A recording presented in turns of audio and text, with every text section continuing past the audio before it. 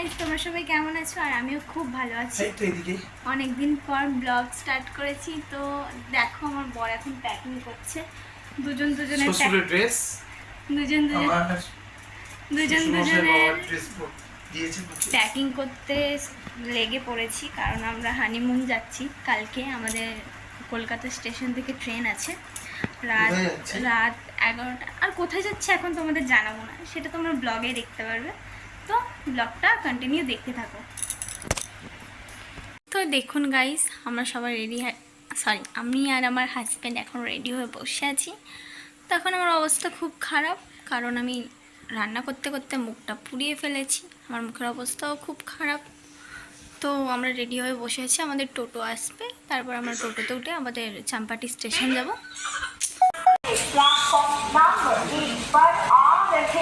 আমার বর আঁশফল খেতে খেতে আসছে, আমার জন্য আঁশফল আনতে বলেছি, ও আর আমি খেতে খেতে আসছে। তো এই যে আমাদের লাগেজ, আমরা চলে এসেছি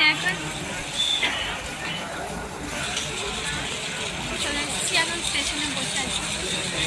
ট্রেন আসবে, ট্রেনে উঠে যাবো। তো ফাইনালি ট্রেনে উঠে গেছি। আর এই যে আমার বড় আঁশফল কিনে এনেছি, আঁশফল খাচ্ছি। আমার বড় খেতে ব্যস্ত। চলে এসছি এখন শিয়ালদা স্টেশন। দেখো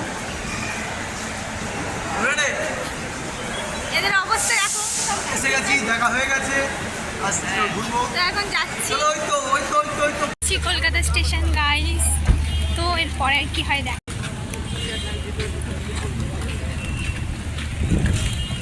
এখন আমরা এখন বসে আছি, আর ওরা দু ভাই কোথায় গেছে জানি না। আর আমার ওদের মুখ দেখো কেমন হয়ে আছে, কেঁদেছে। ছোট হয়ে গেছে। তো আমাদের ট্রেন 2 ঘন্টা 15 মিনিট লেট।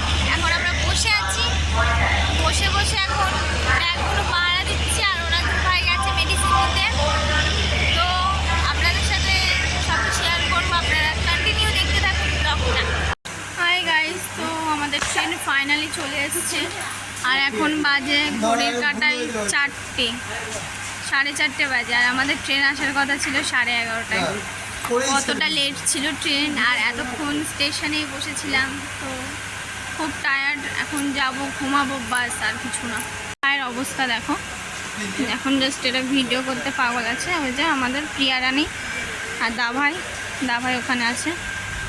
এখানে আমার বড় এখন ক্যামেরাম্যান হয়ে গেছে। তো গাইস দেখতে থাকুন ব্লগটা।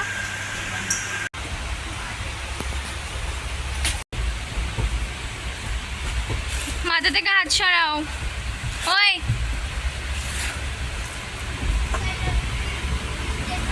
গাইস, তো এখন ঘুমাতে যাচ্ছি। আজকে সারাদিন ট্রেনে থাকতে হবে, সারা রাত।